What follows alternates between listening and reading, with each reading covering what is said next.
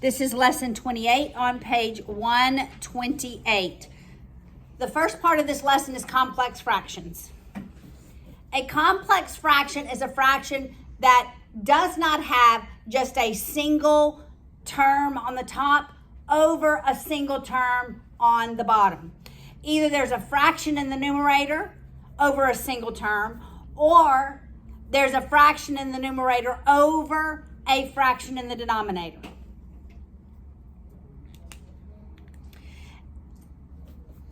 And so I want to begin by saying, what if I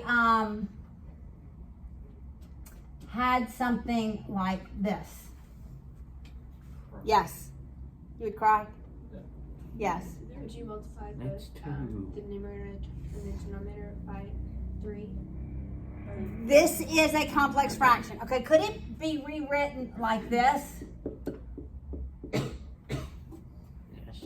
It can be, yes. Do we divide by fractions?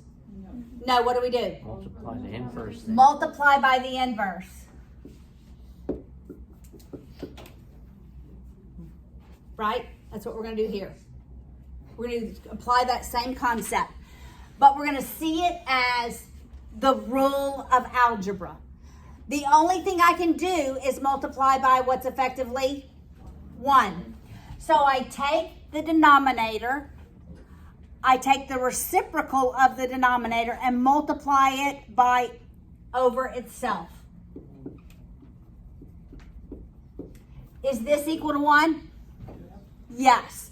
What ends up happening is crisscross applesauce, my denominator eliminates. Okay, this is going to be the very easiest example. Now we're going to change it to letters. Look at example 28.1. A over B over x plus y over b. That's a complex fraction. We can only multiply this by what's effectively 1. I take the reciprocal of the denominator and multiply it over itself. But I want you to see a pattern for this one in particular. This pattern presents itself over and over again in math textbooks. All right, what happens to the denominator? It becomes 1. My b's eliminate, x plus y eliminates. I multiply numerator times numerator, that's AB, over denominator times denominator, b times x plus y. Can I simplify that at all? Because b is multiplied by x plus y and b is multiplied by a, I can simplify that. It becomes a over x plus y. All right, so there are a couple of things I want you to see. You can simplify this way. So I could have said those b's eliminate because they're multiplied.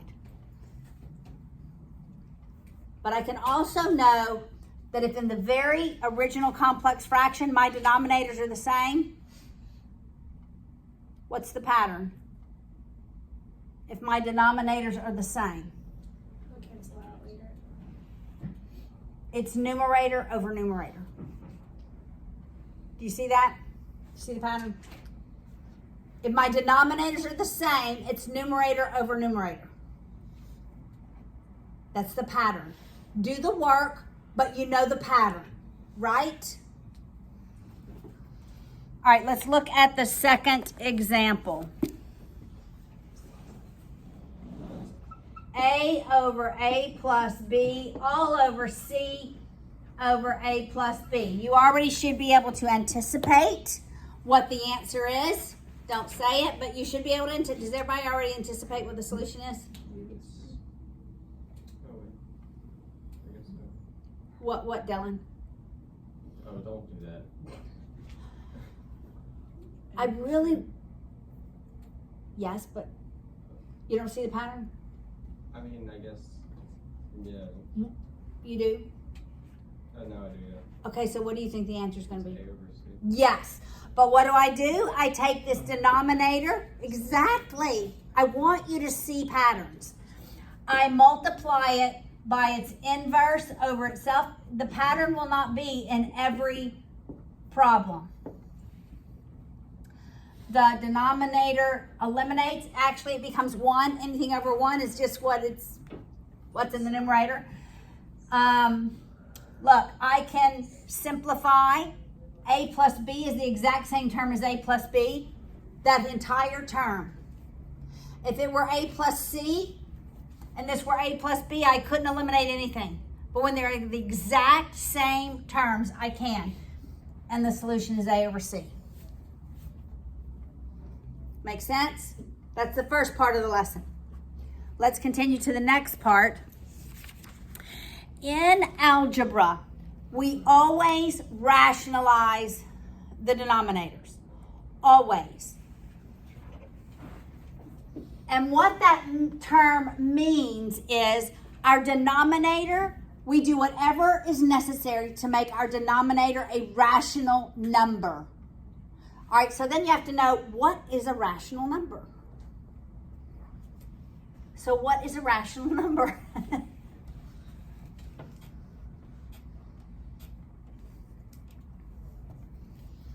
Is this a rational number?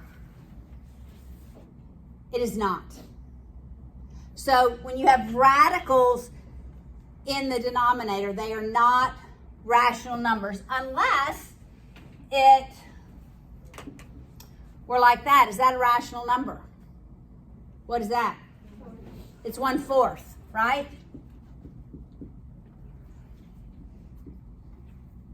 But this is irrational. This is rational.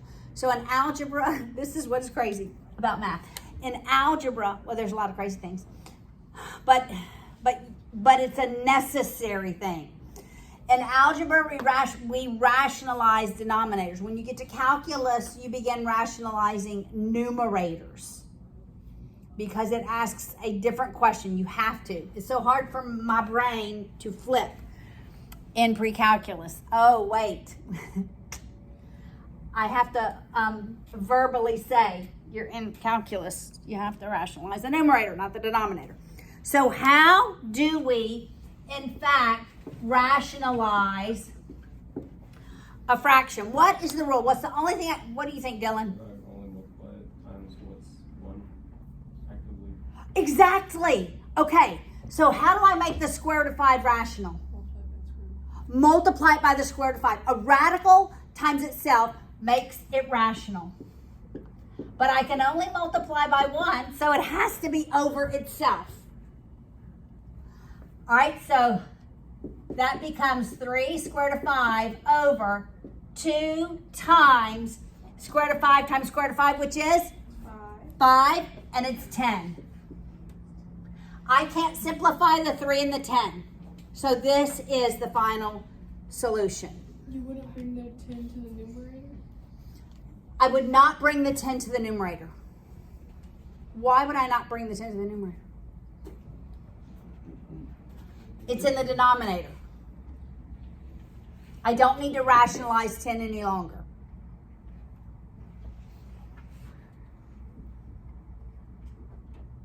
It is rational. So if it was irrational, it would need to go to the numerator. If it's irrational at this point, I've done something wrong here. I didn't rationalize it. Whatever I did not rationalize it.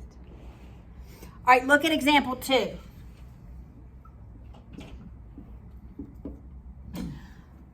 Okay, I should do something before I begin to rationalize. What do you think, Trez? Can't you go within it and find its like the square root's in it already? I'm going to simplify the square root of 12. What's the square root of 12 simplified? 4 times 3, 2 times 2 times 3. Okay, we got to just know this. Square root of 12 is 2 square root of 3. The square root of 12 is? Why? Because I can pull out a 4, and it becomes 2. Square root of 12 is 2 square root of 3. Just know it. The square root of 12 is? So I'm going to pull that out, and it becomes 6 square root of 3, right? Because I pulled that 2. 2 times 3 is 6. Square root of 3 is 6. Now, What do I do to rationalize this denominator? Jesse? Multiply by square root of 3. That's correct. Square root of 3 over square root of 3. And it ends up being 2 square root of 3. What's the denominator going to be? 18. Can I simplify? Yes, I can simplify 2 and 18. The 2 becomes 1. The 18 becomes 9. That is square root of 3 over 9. So simplify when you can. All right, does that make sense? So some denominators, you need to simplify their radicals before you multiply.